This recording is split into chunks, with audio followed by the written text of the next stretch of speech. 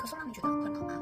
我们有时候感冒造成的咳嗽，其实常常都不容易好，甚至于一咳就会咳得非常久。那大家知道吗？其实咳嗽除了我们的过敏造成的，感冒造成的，还有一个原因就是有时候可能是我们的肌肉过于僵硬，去拉扯到了我们脖子的肌肉，这个也是有可能造成咳嗽的原因哦。这时候我们要怎么帮自己做舒缓呢？香料精油